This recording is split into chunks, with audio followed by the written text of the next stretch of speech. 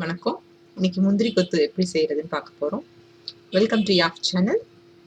முந்திரி கொத்து செய்ய தேவையான பொருட்கள் வந்து பாசிப்பருப்பு 400 கிராம்ஸ், பச்சரிசி 150 கிராம்ஸ், வெல்லம் 400 கிராம்ஸ், உளுத்தம்பருப்பு வந்து 1 டீஸ்பூன் எல்லாம் எடுத்துக்கோங்க. எடுத்துட்டு அரிசியையும் உளுந்தம்பருப்பை மட்டும் ஊற வைக்கணும். கொஞ்ச நேரம் ஊற வச்சுக்கோங்க. ஒரு 1 hour to 2 hours ஊற வச்சுக்கோங்க. அடுத்து வெல்லம் ஊற வைக்கணும். தண்ணி ஊற்றி வெல்லத்தை போட்டு வச்சிருங்க கொஞ்ச நேரம்.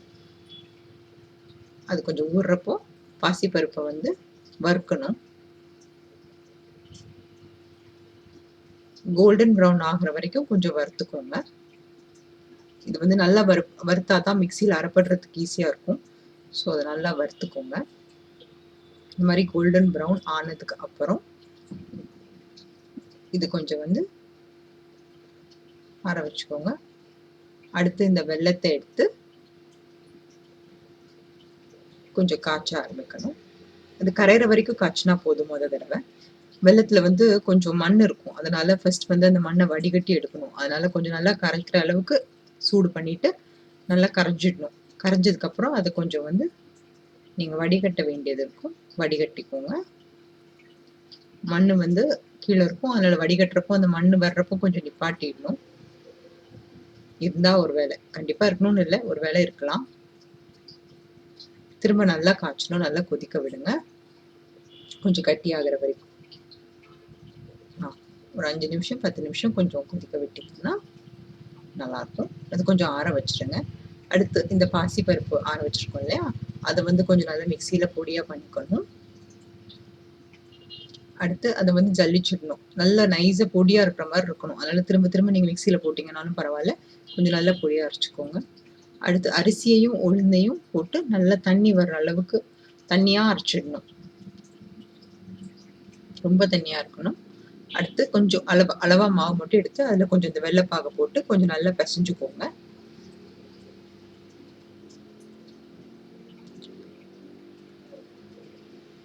பிசைஞ்சு உருண்டை பிடிக்க ஆரம்பிச்சிடணும். அது அளவா அப்பப்போ கொஞ்சம் எடுத்து போட்டுக்கோங்க, உங்களுக்கு உருட்டுறதுக்கு ஈஸியாக இருக்கும். மொத்தமாக போட்டிங்கன்னா கஷ்டப்படுவீங்க. கொஞ்சம் கொஞ்சமாக எடுத்து இது மாதிரி உருட்டிக்கோங்க. உங்களுக்கு தேவையான அளவில் நீங்கள் வந்து அதை உருட்டிக்கலாம். இந்த மாதிரி உருண்டை பிடிச்ச உடனே எண்ணெயை சூடு பண்ணிக்கோங்க. இதை வந்து வறுத்தெடுக்கணும், அதனால கொஞ்சம் எண்ணெயை காய்ச்சி வச்சுக்கோங்க. அடுத்து இந்த மாவில் 3 உருண்டையாக எடுத்துக்கோங்க. 3 உருண்டையாக எடுத்து இந்த அரிசி மாவுக்குள்ளே முக்கி அப்படியே எண்ணெய் சட்டியில் போட்டுடணும்.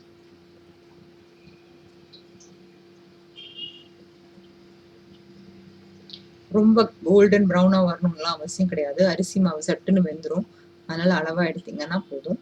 ஒயிட் கலரில் வந்ததுக்கு அப்புறமாவே எடுத்துக்கலாம். இது மாதிரி இருக்கிற இது எடுத்துக்கோங்க. இதே மாதிரி திரும்ப 3 எடுத்து எண்ணெய்லாம் இருக்கும் அரிசி மாவில் முக்கி எண்ணெயில் போட்டு எடுத்துடுங்க.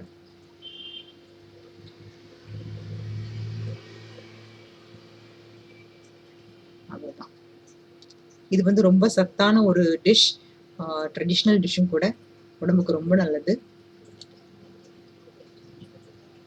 உங்களுக்கு இந்த ரெசிபி பிடிச்சிருந்தா லைக் பண்ணுங்க, சப்ஸ்கிரைப் பண்ணுங்க. தேங்க்யூ.